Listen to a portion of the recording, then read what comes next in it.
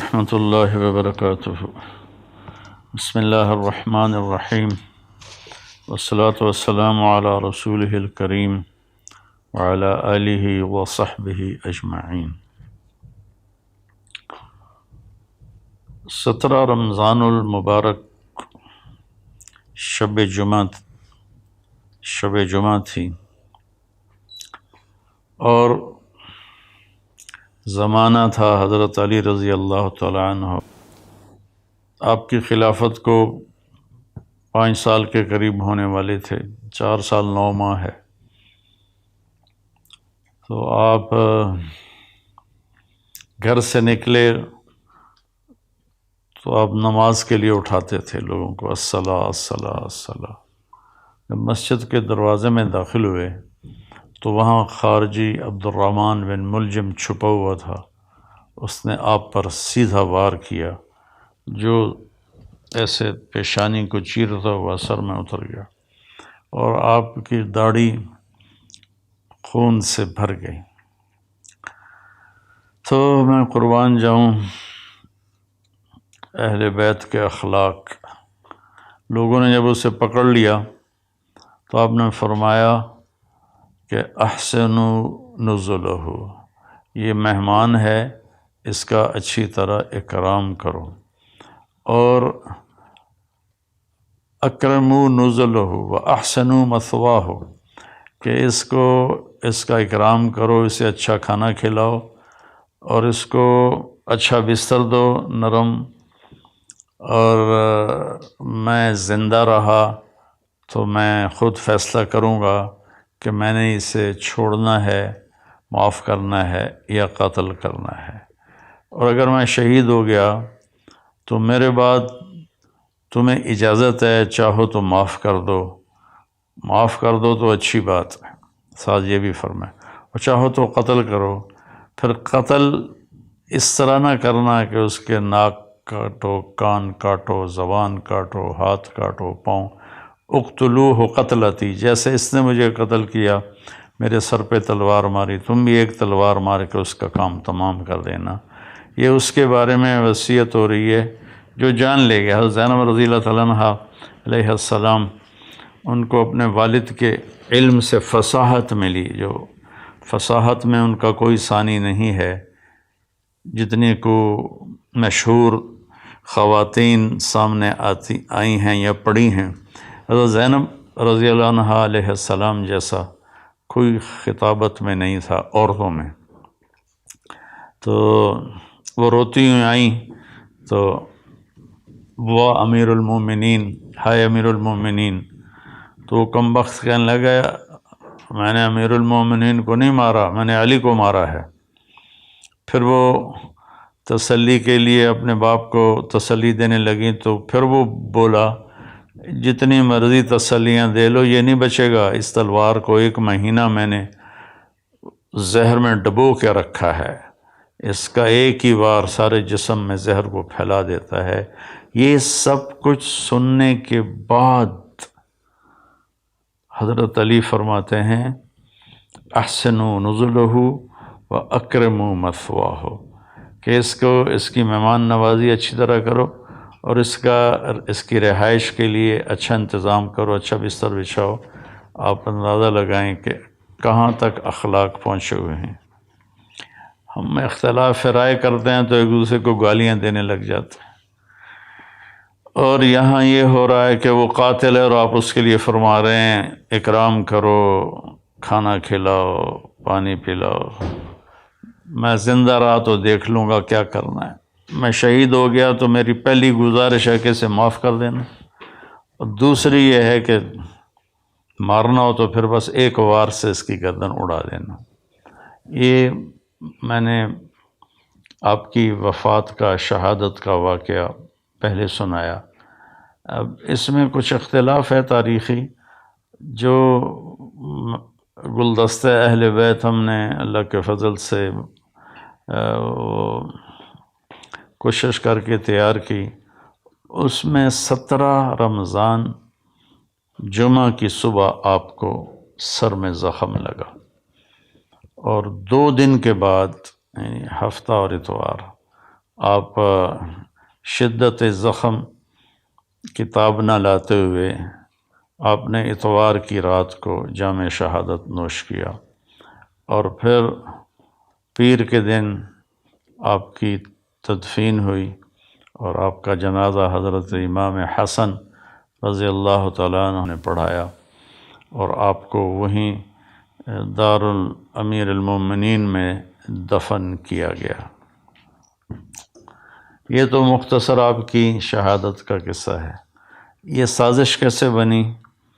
جنگ نہروان ہوئی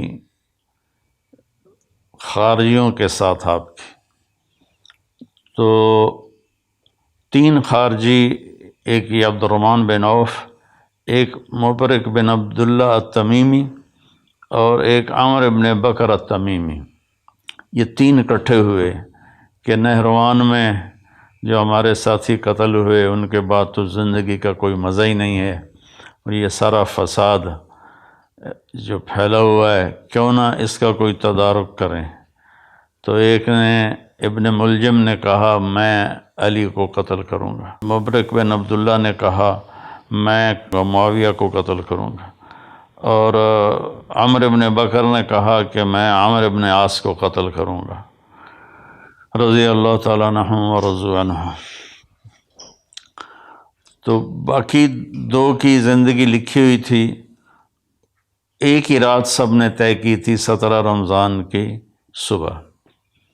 تو اس دن عمر بن عاص رضی اللہ تعالیٰ عنہ بیمار تھے، نماز پڑھانے نہیں آئے، تو ان کی جگہ جو آئے وہ مارے گئے، اور معاویہ رضی اللہ تعالیٰ عنہ پر اس نے وار کیا، تو آپ تھوڑا سا اپنی بیداری میں تھے، دائیں بائیں دیکھتے ہوئے، تو آپ نے اس کے وار کو خطا کر دیا، لیکن کمر مبارک پر تلوار کا زخم لگا، چونکہ تلوار زہر آلود، تینوں کی تلواریں زہر آلود تھیں، تو ان کو زخم تو بہت بڑا لگا، لیکن آہستہ آہستہ اللہ تعالیٰ نے ان کو شفا دے دی اور وہ محفوظ ہوئے۔ تو اس میں عبد الرحمن بن ملجم یہ ہے، یہ جب کوفے آیا تو کوفہ میں خارجی عورت دیکھی تو اس پہ یہ عاشق ہو گیا، اس سے کہا مجھ سے شادی کرو۔ اس نے کہا میری ایک شرط ہے کہ علی کو قتل کرو۔ وہ کہنے لگا میں تو آیا ہی اس کام سے ہوں، لیکن تو پہلے مجھ سے شادی کر لے۔ تو اس نے اس سے شادی کر لی، اور اس کے بعد وہ اپنی اسکیم بناتا رہا۔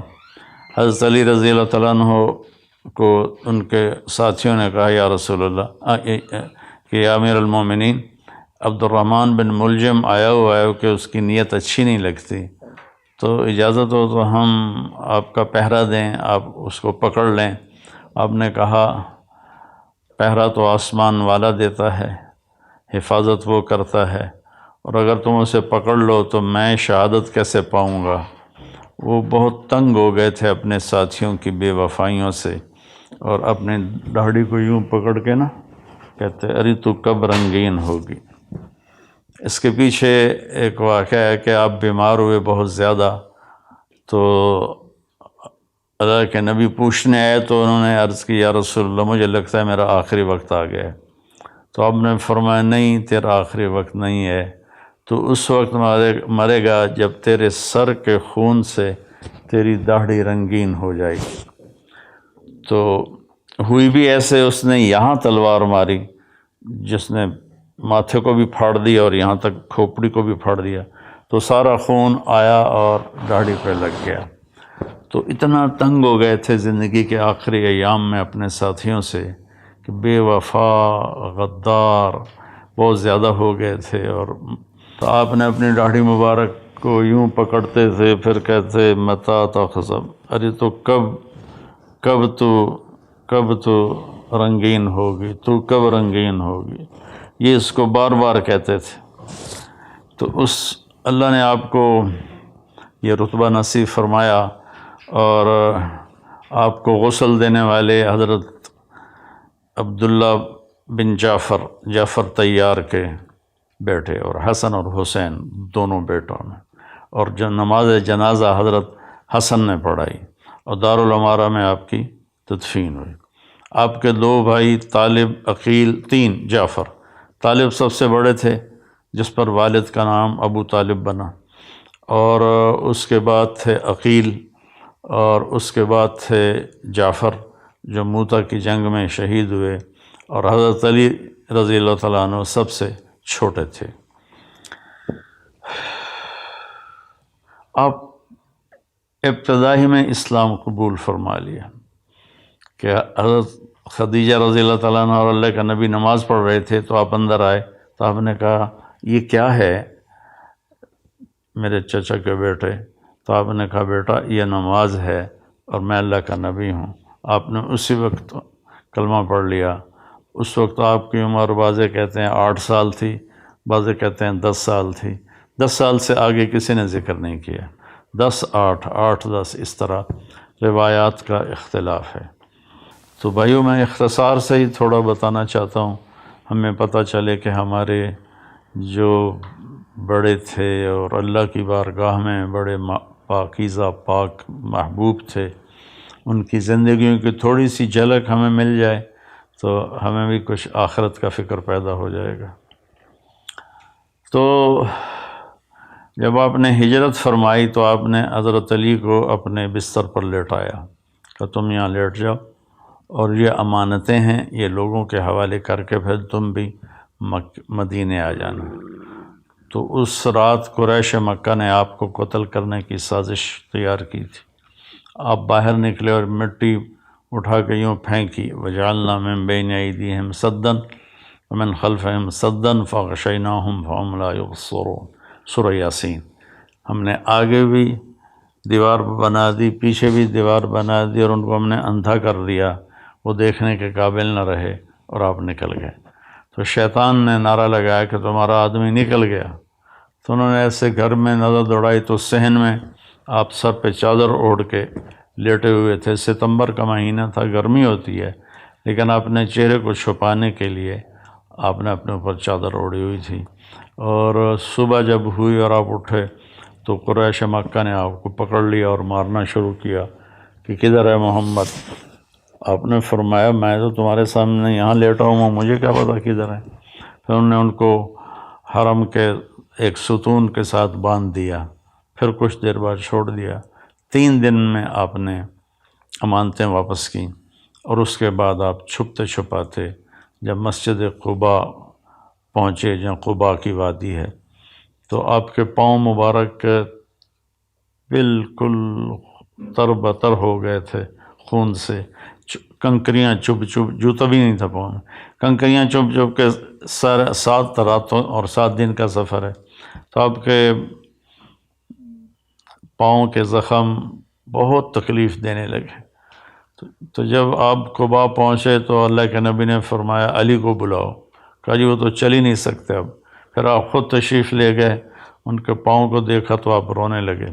پھر آپ نے ایسے اپنا لعاب نکالا اور یوں کر کے لگایا ایک پاؤں پر، اور پھر لعاب دوسرے پاؤں پر، تو ایک دم سارے زخم ٹھیک ہو گئے اور آپ اللہ کے فضل سے شفا یاب ہو گئے۔ جنگ بدر میں آپ نے کیا کیا کہ جب دشمن آمنے سامنے ہوئے تو عتبہ بن ربیعہ اور شیبہ بن ربیعہ اور ولید بن عتبہ، ایک ہی گھر کے 3 آدمی، عتبہ اور شیبہ دونوں بھائی، اور ولید عتبہ کا بیٹا اور عتبہ ربیعہ کا بیٹا، یہ نکلے جنگ میں کہ آیا ہے کوئی ہمارے مقابلے میں۔ تو اللہ کے نبی نے عوف رضی اللہ تعالیٰ عنہ اور معوذ رضی اللہ تعالیٰ عنہ اور حضرت عبداللہ بن رواحہ رضی اللہ تعالیٰ عنہ، ان تینوں کو بھیجا کہ آپ جاؤ اور ان کا مقابلہ کرو۔ جب یہ تینوں آئے تو انہوں نے پوچھا کون لوگ ہو؟ کہا ہم مدینہ والے ہیں۔ کب چلے جاؤ، ہمیں تمہاری ضرورت نہیں ہے۔ پھر کہا یا محمد اخرج الینا اکفاءنا، ہمارے قریشی ہماری طرف بھیجو، ہمارے قبیلے والے ہماری طرف بھیجو۔ اتنا ان پہ نشہ چڑھا ہوا تھا اپنی فتح کا۔ تو آپ نے فرمایا یا حمزہ قم، کہ یا شیبہ قم، یا علی قم، کیونکہ علی چھوٹے تھے نا، حمزہ بھی چچا تھے، شیبہ بھی چچا تھے۔ تو آپ نے کہا قوموا لدینکم. تو یہ تینوں حضرات پیدل چلتے ہوئے آئے. تو عتبہ نے پوچھا کون ہو؟ آپ نے کہا میں حمزہ ہوں بن عبد المطلب. کہا تم کون ہو؟ کہا میں شیبہ بن حارث. تم کون ہو؟ کہا میں علی بن ابی طالب. کہنے اب مقابلہ ٹھیک ہے. تو تینوں نے ایک دوسرے پر وار کیے. تو پہلے ہی وار میں حضرت علی نے ولید کو قتل کر دیا، حضرت حمزہ نے عتبہ کو قتل کر دیا. تو حضرت شیبہ ذرا عمر میں بڑے تھے تو ان کی ٹانگ کاٹ دی اس نے. شیبہ بن ربیعہ، شیبہ نہیں عبید، میں غلط کر رہا ہوں، عبید بن حارث. تو شیبہ تو دوسری طرف سے کافر، حمزہ، عبید، علی. ادھر عتبہ، شیبہ، یہ بن ربیعہ اور ولید بن عتبہ. تو شیبہ نے حضرت عبید کی ٹانگ کاٹ دی تو گر پڑے. تو دونوں نے اس کا بھی کام تمام کر دیا اور ان کو اٹھا کر لائے. تو آپ کے قدموں میں پڑھ کر کہنے لگے یا رسول اللہ میں شہید ہوں. آپ نے کہا بلا وانا علیک شاہد، بے شک تم شہید ہو اور میں اس پہ گواہ ہوں.